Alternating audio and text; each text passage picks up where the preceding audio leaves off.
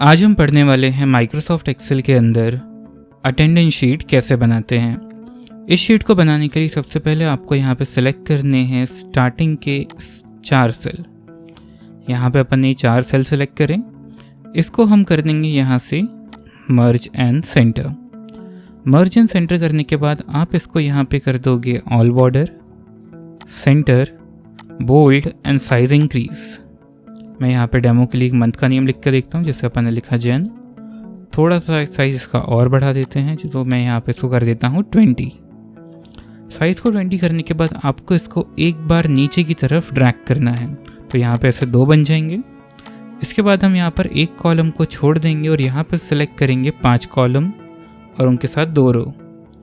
इनको सिलेक्ट करने के बाद आपको यहाँ पर जाना है मर्ज ऑप्शन पे और यहाँ पे आप क्लिक करोगे मर्ज अक्रॉस पे। मर्ज अक्रॉस करने के बाद आप इसे कर दोगे bold, centre, size increase and bold. अब हम यहाँ पे सिलेक्ट करेंगे एक एक्स्ट्रा सेल, इसको भी अपन यहाँ पे मर्ज कर देंगे, सेंटर कर देंगे, bold, border and size increase. अब ये दोनों हमें सिलेक्ट करने हैं जो हमने मर्ज अक्रॉस किए थे। Ctrl+C से इसको कॉपी करेंगे और यहाँ पे पेस्ट कर देंगे। तो आप देख सकते हैं यहाँ पे कुछ इस तरह का स्ट्रक्चर बन चुका है। अब इसको फिल करते हैं। सबसे पहले हमने यहाँ पे मंथ लिख दिया, तो मैं यहाँ पे भी लिख रहा हूँ जन, यानी जनवरी 2024। अब हम यहाँ पर जाएंगे और यहाँ पे हेडिंग लिखेंगे स्टार्ट डेट। स्टार्ट डेट के बाद हमें यहाँ बीच में लिखना है 2 और लास्ट में लिखना है एंड डेट। अटेंडेंस शीट के अंदर यहाँ पे डिसाइड होगा कि हमारा कौन सा मंथ है, कौन सा ईयर है और यहाँ पे कौन सी डेट से स्टार्ट हो रहा है, कौन सी डेट पे वो मंथ एंड हो रहा है। अब स्टार्ट डेट के अंदर हमें एक फार्मूला का यूज़ करना है और उस फार्मूला का नाम है डेट वैल्यू। डेट वैल्यू किसी भी टेक्स्ट या किसी भी मंथ के नेम से पूरी डेट निकाल सकता है। सबसे पहले हमें यहाँ पे बताना है कि स्टार्ट डेट कौन सी होती है, तो मैं यहाँ पे लिखता हूँ 1। इसके साथ हमें मंथ कौन सा देना है, तो वो हमने यहाँ पे लगाया हुआ है। एंड के साथ हम इसको यहाँ पे सिलेक्ट कर लेंगे। फिर से शिफ्ट को होल्ड करके हम यहाँ पे एंड प्रेस करेंगे और ईयर को भी सिलेक्ट कर लेंगे। सिलेक्ट होने के बाद आपको शिफ्ट के साथ ब्रैकेट क्लोज करना है और एंटर प्रेस कर देना है। अब आप यहाँ पे देखेंगे तो यहाँ पे कोड लिखा हुआ आ रहा है। इस कोड को अभी के लिए हम ऐसे ही रहने देते हैं। अब हम यहाँ पे चलते हैं एंड डेट पे। एंड डेट के अंदर आप यहाँ पे एक फॉर्मूला लगाओगे जिसका नाम है EO मंथ, यानी एंड ऑफ मंथ। इसमें ये हमसे पूछ रहा है सबसे पहले स्टार्ट डेट, तो हमारे पास ये स्टार्ट डेट है, देन कॉमा। अभी हमसे पूछ रहा है मंथ। इस मंथ का मतलब ये होता है कि कितने मंथ बाद का डेटा देखना है, तो हमें जनवरी का ही डेटा देखना है, तो मैं यहाँ पे 0 लिख देता हूँ। ब्रैकेट क्लोज करके यहाँ पे हम एंटर कर देंगे। यहाँ पे भी आप देख सकते हैं कि डेट कोड लिखा हुआ आ रहा है। अब आपको इन दोनों को सिलेक्ट करना है, कंट्रोल को होल्ड करके और कीबोर्ड से प्रेस करना है Ctrl+1। Ctrl+1 प्रेस करती हैं आपके सामने आ जाएगा फॉर्मेट सेल। फॉर्मेट सेल के अंदर हमें सेलेक्ट करना है कस्टम। यहाँ पे करना है पहले DD -MMM -YYY। तो आप देख सकते हैं यहाँ पे आ गया 1 जनवरी 2024 टू 31 जनवरी 2024। अगर हम यहाँ पे मंथ चेंज करते हैं तो यहाँ पर भी डेट्स चेंज हो जाएंगी। 2024 के फरवरी में 29 डेज़ हैं। चलिए मैं इसको वापस से कर देता हूँ जनवरी। अब हमें यहाँ पे 2 सेल छोड़ के यहाँ पे लिखना है ID और यहाँ पे लिखना है नेम। इसको अभी के लिए हम ऐसा ही छोड़ देंगे। यहाँ पे चलते हैं। नेम के जस्ट बगल में आपको रेफरेंस लेना है स्टार्ट डेट का। रेफरेंस लेने के लिए हम यहाँ पे लगाएंगे इक्वल, स्टार्ट डेट को सिलेक्ट करेंगे और यहाँ पे एंटर प्रेस कर देंगे। आप देख सकते हैं रेफरेंस लेने की वजह से यहाँ पे जो डेट थी वो यहाँ पे आ चुकी है। अब इस रेफरेंस पे हमें क्लिक करना है और Ctrl+1 प्रेस करना है। Ctrl+1 प्रेस करने के बाद आपको यहाँ पे मिलेगा ये फॉर्मेट जो हमने अभी ऊपर दिया था, इसको आपको सिलेक्ट करके डिलीट कर देना है और इसके अंदर हमें लिखना है DD और यहाँ पे कर देंगे अपन ओके। अब इसके जस्ट बगल में हमें बाकी के डेज निकालने। ये हो गई हमारी डेट 1। अब हमें बाकी की डेट्स निकालनी है।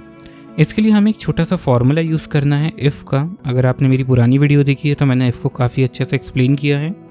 चलिए हम यहाँ पे देखेंगे कि सबसे पहले इफ़ क्या पूछ रहा है हमसे, लॉजिकल टेस्ट।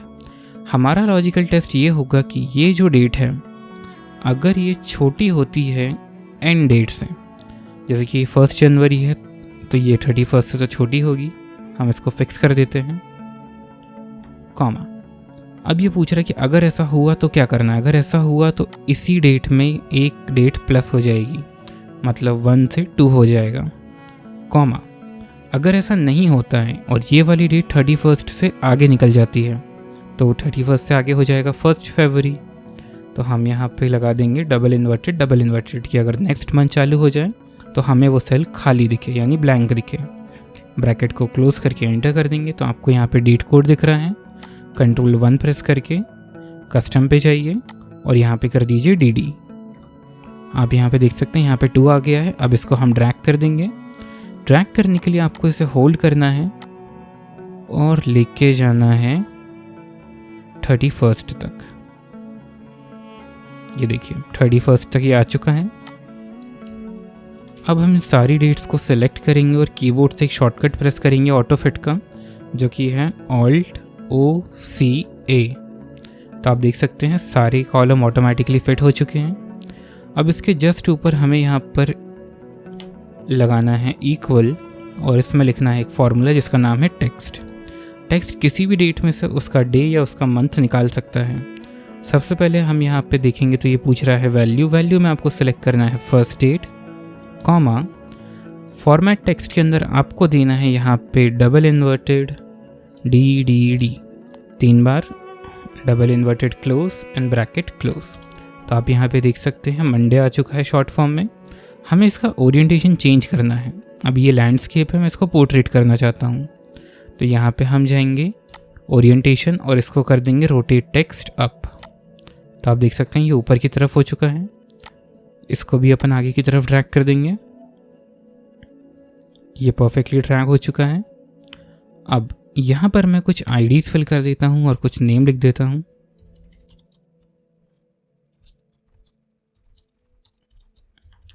तो यहाँ हमने कुछ नाम लिख दिया। अब हमें सबको दे देना है बॉर्डर।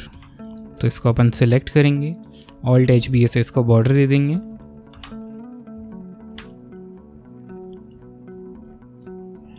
और अब हमें यहाँ पे सिलेक्ट करने हैं ये सारे डेज। यहाँ पे हमें क्या करना है कि जो भी संडे हैं हम चाहते हैं कि वो सारे संडे रेड कलर में हाईलाइट हो जाएं। तो उसके लिए आपको यहाँ पे क्या करना है, कंडीशनल फॉर्मेटिंग में जाना है और यहाँ पे क्लिक करना है न्यू रूल पे। न्यू रूल पे क्लिक करने के बाद आपके सामने ये पैनल आ जाएगा। इसमें आप सिलेक्ट करेंगे use a formula to determine which cell to format. इसके ऊपर अपन यहाँ पे कर्सर रखेंगे और आपको सिलेक्ट करना है पहले डे को। अब ये जो कलर है हम चाहते हैं ये कॉलम के अंदर आए, तो आपको इसको फिक्स करना है एक बार। आप यहाँ पे देख सकते हैं C के सामने से डॉलर हट चुका है। आप मेरी पुरानी वीडियोस अगर देखेंगे तो मैंने उसमें फ्रीज कैसे किया जाता है वो अच्छे से समझाया है।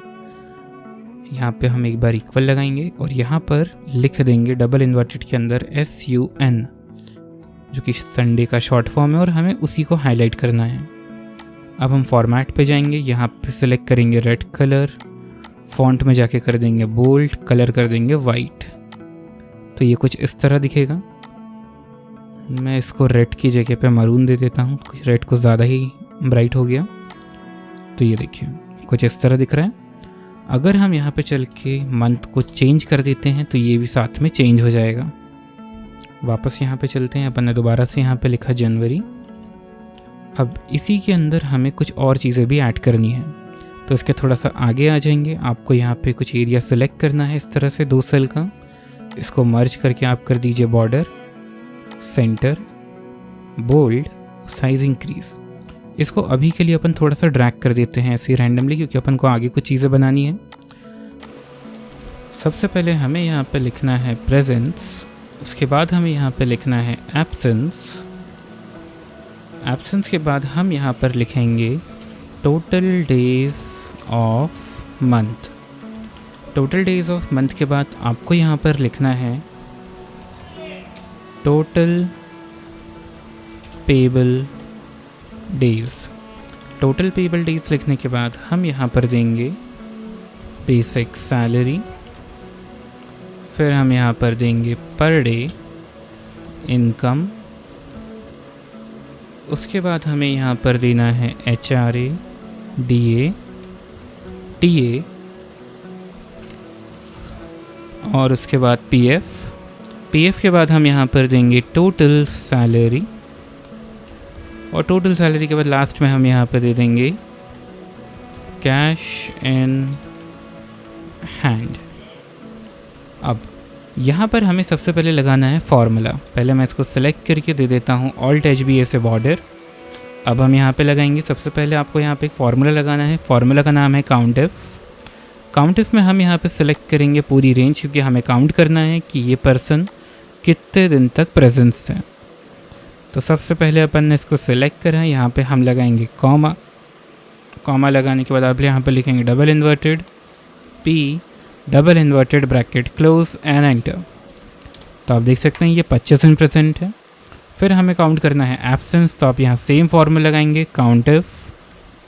फिर से अपन यहाँ पे पूरे डेज को सिलेक्ट करेंगे, कॉमा और क्राइटेरिया में हम यहाँ पे दे देंगे double inverted A double inverted bracket close enter. अब यहाँ पे ये हमसे पूछ रहा है total days of month. Total days of month के अंदर हमें सेलेक्ट करना है इक्वल डे लगाने के बाद आप यहाँ पे सेलेक्ट करेंगे एंड डेट को, ब्रैकेट क्लोज करेंगे और एंटर कर देंगे। अब यहाँ पर ये हमसे पूछ रहा है टोटल पेबल डेज, तो टोटल पेबल डेज निकालने के लिए आप यहाँ पे लगाएंगे equal total payable days minus absence. और अब हम यहाँ पे निकालेंगे बाकी की चीज़ें। सबसे पहले यहाँ पे हम देखते हैं बेसिक सैलरी। तो बेसिक सैलरी हम इसको दे रहे हैं 25,000। पर डे इनकम इसकी कितनी होगी, तो वो निकालेंगे हम basic salary divided by total days of month से। तो आप देख सकते हैं इसकी पर डे इनकम है 806 रुपीज़। इसको हम कर देते हैं डिक्रीज डेसिमल। अब आपको यहाँ पे निकालना है HRA, DA, TA, ये सब एक ऑफिस के हिसाब से होता है। अलग अलग ऑफिस में ये अलग अलग परसेंटेज पे रहते हैं। सिर्फ PF एक ऐसी चीज़ है जो 12% रहता है। इक्वल सेलेक्ट करेंगे बेसिक सैलरी को और मल्टीप्लाई कर देंगे 5% से। फिर हमें यहाँ पे लगाना है DA, जिसके लिए हम लगाएंगे equal basic salary multiply by 3%। फिर हमने यहाँ पे लगाया TA लगाने के लिए भी आप यहाँ पे लगाएंगे equal basic salary multiply by 8% and enter. अब हमें यहाँ पे निकालना है PF। इसको निकालने के लिए आप लगाएंगे equal basic salary multiply by 12%। अब हमें निकालनी है टोटल सैलरी। इसके लिए हम लगाएंगे equal total payable days multiply by per day income. तो ये निकल गई टोटल सैलरी। इसको भी डिक्रीज डेसिमल कर देते हैं। अब हमें यहाँ पर निकालना है कैश इन हैंड, कि बोनस लग के और डिडक्शन होकर कितना हमारे हाथ में आया है। तो सबसे पहले हम सेलेक्ट करेंगे HRA plus DA plus TA plus total salary minus PF और एंटर प्रेस करते हैं। आप देख सकते हैं इतनी सैलरी कैश इन हैंड हुई है। तो ये था एक सिंपल सा अटेंडेंस शीट। इसको आप लोग एक बार ट्राई करके देखिए।